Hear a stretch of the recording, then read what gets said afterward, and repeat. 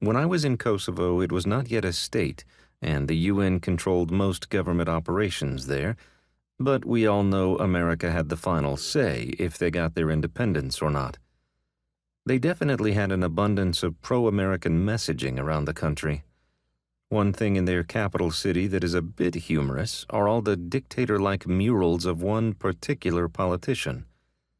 In Baghdad, before the fall of Saddam, there were 4 to 5 story pictures of Saddam Hussein. Well, in Pristina, Kosovo, there are 4 to 5 story high pictures of former American President Bill Clinton.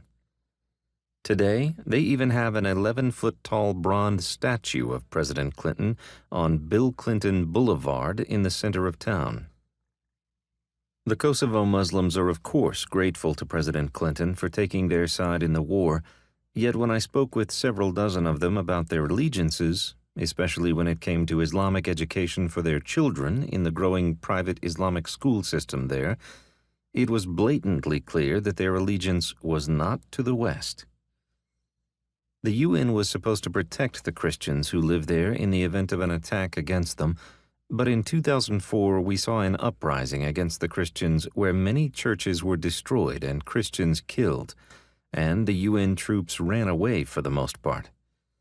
Their moderate appearance to the outsider is merely brought on by years of communist repression of all religious freedoms in both Yugoslavia and Albania, something that is being eroded by Wahhabi indoctrination.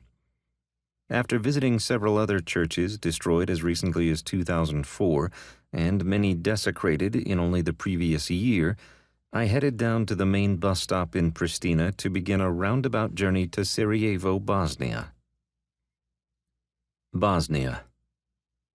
Someone gave me the heads up that the border crossing to the north into Serbia was not permitting entry to non-Serbian nationals who had only a UN Kosovo stamp on their passports, a stamp they did not recognize as legitimate.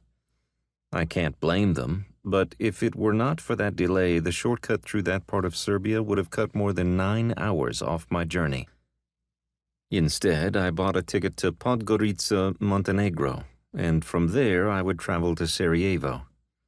I purchased my ticket and then attempted to use the public restroom, but as I entered, what appeared to be a homeless woman jumped out in front of me, yelling and blocking my path. I attempted to get by her, but she matched every step I made and would not let me pass. The bus was supposed to leave at 6 p.m., and I thought I was running late. I didn't have time to deal with this. She was begging for money, and I did not want to pay to use a disgusting public toilet. What I did not realize was that this was to occur in almost every single public bathroom I would try and enter throughout my journey. I found out it is so common that the language even has a word for these people who guard the bathrooms for profit, called a Baba Sera, which literally translates to poopy grandma. I finally paid her and continued my business.